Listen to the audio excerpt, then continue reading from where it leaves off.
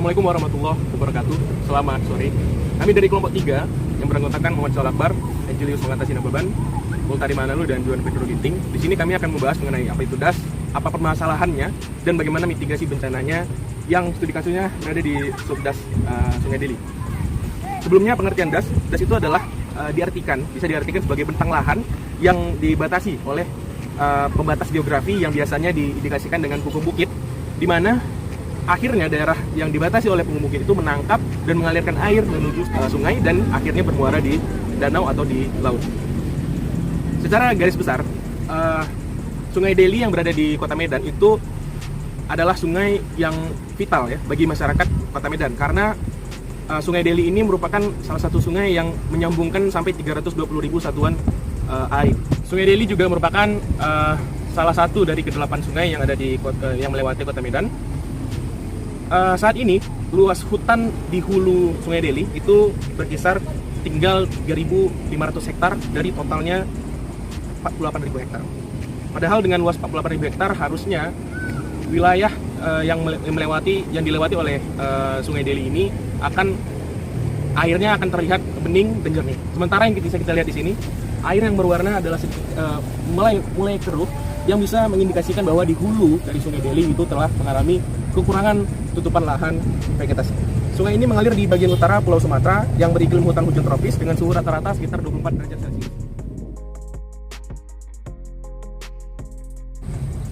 Selanjutnya kita masuk ke permasalahan yang dihadapi di Sungai Deli.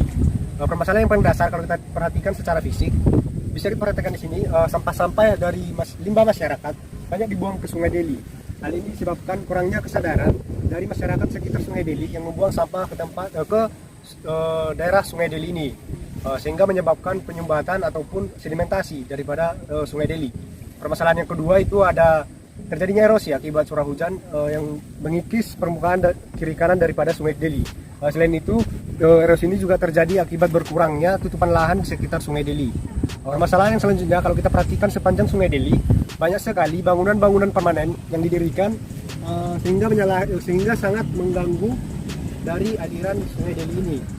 Jika kita perhatikan di daerah Kota Medan sana, banyak sekali bangunan-bangunan yang berdiri permanen sekitar kiri kanan daripada Sungai Deli. Bangunan permanen di sekitaran Sungai Deli diakibatkan kurangnya sosialisasi daripada pemerintah tentang peraturan bagaimana sih peraturan pembangunan permanen di sekitaran Sungai Deli ini, sehingga membuat masyarakat kurang mengetahui bagaimana sih sistem atau peraturan yang mengatur tentang pembangunan di daerah aliran sungai.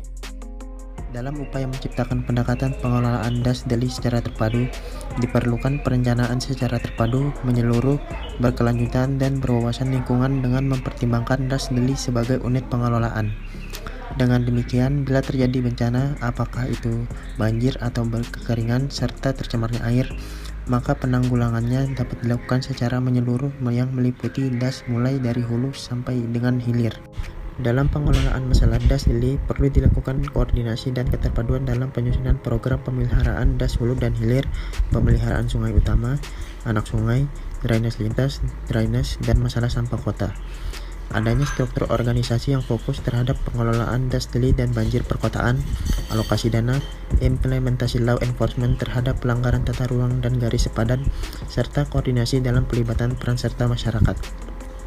Hasil penelitian lapangan menunjukkan adanya peraturan-peraturan yang baik, namun implementasinya tidak sesuai dengan yang tertulis. Kurangnya koordinasi antara daerah hulu dan hilir dalam menangani DAS Deli, permasalahan sampah yang belum dapat ditangani, instansi yang terkait bekerja sendiri-sendiri, alokasi dana yang tidak transparan, masih kurangnya penegakan hukum, dan kurangnya keterlibatan masyarakat, serta masih kurangnya kesadaran akan pentingnya DAS Deli. Masyarakat sekitar tokoh-tokohnya dirangkul untuk tidak melakukan penebangan pohon. Kemudian para pengusaha besar yang melakukan tindakan pelanggaran terhadap aspek-aspek tata kelola hutan dilakukan tindakan